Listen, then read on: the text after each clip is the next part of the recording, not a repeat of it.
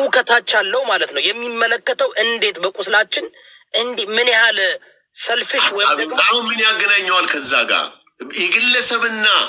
ስለ ፖለቲካቸው አይደለም እኔ እያወራን ያለሁት ቴንክ ዩ ሳዲ ፖለቲካቸውን አይደለም ስለ ፐርሰናል ነገር ነው የማወራ ፕራይም ሚኒስቴሩ የሚሰሩትን በጎ ነገር ነው መንሱር ማየት የሚፈልገው እሺ ለሚያከፋቸው እኔ አሁን እንዴ ልጠይቅ ሜቢ እንዲገባ ላቅልለው ለምሳሌ አሁን ሂትለር የደሜ ዙሩር ነው ብለህ ምን ይሰማል ነገርኩ እኮ ዩዳብ መብት ነው እሱ መብት ሊሆን ይችላል ነው መብቴማ ነው መንሱር አንተ ግን እንደ አንድ አሁን ስለ ሂትለር በደምብ ታውቃለህ ኦፍኮርስ ናዚ እንደሆነ ክፉ እንደሆነ ታስባለህ እንዳልሆነ ከተጻፉ ነገሮች ሰምቻለሁ ከታሪክ በሚሊዮን የሚቆጠሩ ጁሾችን የገደለ አፍሪካን አሜሪካዎችን የገደለ ዓለም ጦርነት ሁለተኛን ያደረገ በመቶ ሚሊዮን ሰዎች እንዲሞቱ ያደረገ ሂትለር ነው አሁን የመጥቼ የሂትለር መልካም ጎኑን ብቻ ነው የማውቀው ሂትለር ለኔ የደም ዙሩሬ ነው ብል አንተ እንደ መንሱር ከታሪክ አይገናኝማ ከምን ከምን ጋር ታገናኛለህ እሱ ተው አለመገናኝ ምን ይሰማል እንደዛ ብለኔ ኦፍ ኮርስ ልክ አይደለም ልልህ እችላለሁ ግን ለምን ልክ አለምትለኛል በሚሊዮኖች የሚቆጠር ሰው ሞቷል የሚል ነገር እያየው እሱ እንደገደለ እየሰማው እንዴት እንትን ልልህ ይችላል እሱ አልገደለም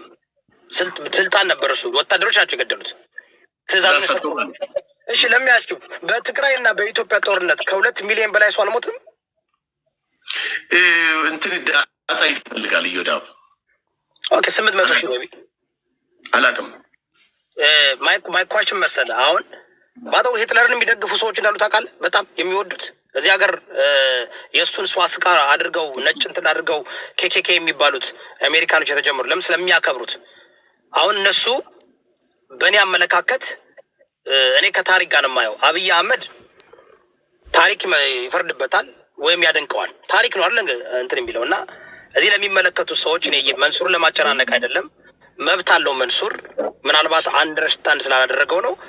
ወደ 900 ሺህ ስንት ገባ አንተ ፎሎወር 1 ሚሊዮን ገባ ነው 1 ሚሊዮን በለው 1 ሚሊዮን ፎሎወር አለው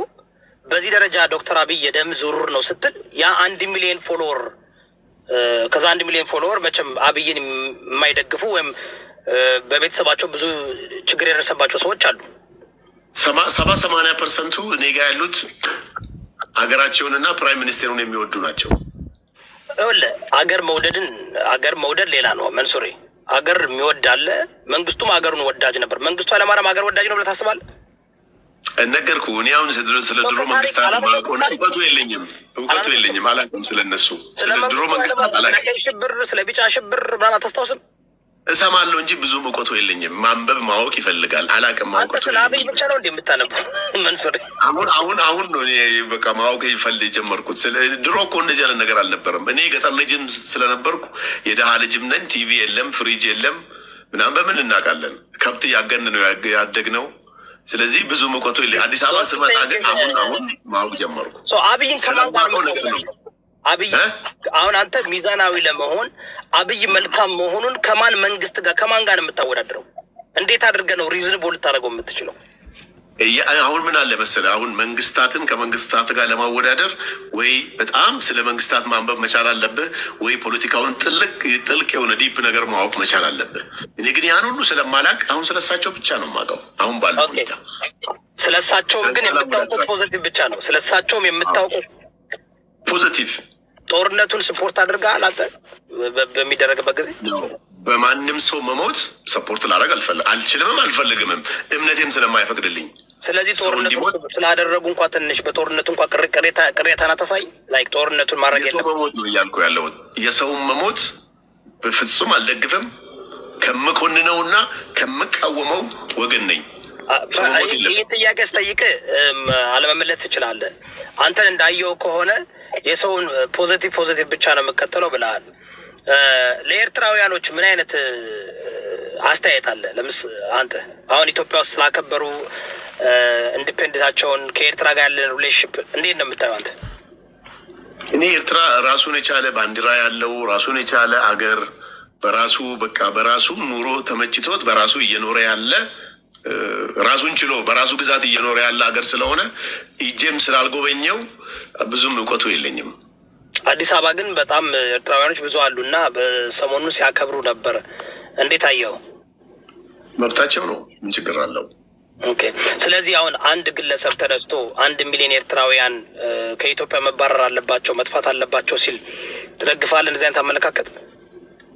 እያንዳንዱ ሰው የራሱ የሆነ አመለካከት ስላለው የማውቀው ነገር የለም። ስለዚህ ጉዳይ መልስ አልሰጥም። ማለት ጋር ልታነካካኝ ነው እንዴ? ባይሆን አንድ ነገር ልንገርህ። እኔ ሽማግሌ ልሁንና ሚሴጅ ጽፌልህ ልትመልስልኝ አልቻልክም። ብዙ ሚሴጅ ጽፌልሃለሁ ባለፈው አላየሁም ምናምን ሊሆን ይችላል። እንዲያውም እኔ ላስታርቃችሁ፣ ሰላም ፍጠሩና ታርቃችሁ ገባ። ከዚህ በኋላ አሁን ወደ መግባባቱ ወደ ሰላሙ አይነት ነገር ቢኖር ዋት ዱ ዩ ቲንክ? መንሱሬ ጥሩ እንትን ነው። ባደወይ ሰላም ጥሩ፣ ሁሌ ሰላም እንፈልጋለሁ። እርቅ መልካም ነው። በእርግጥ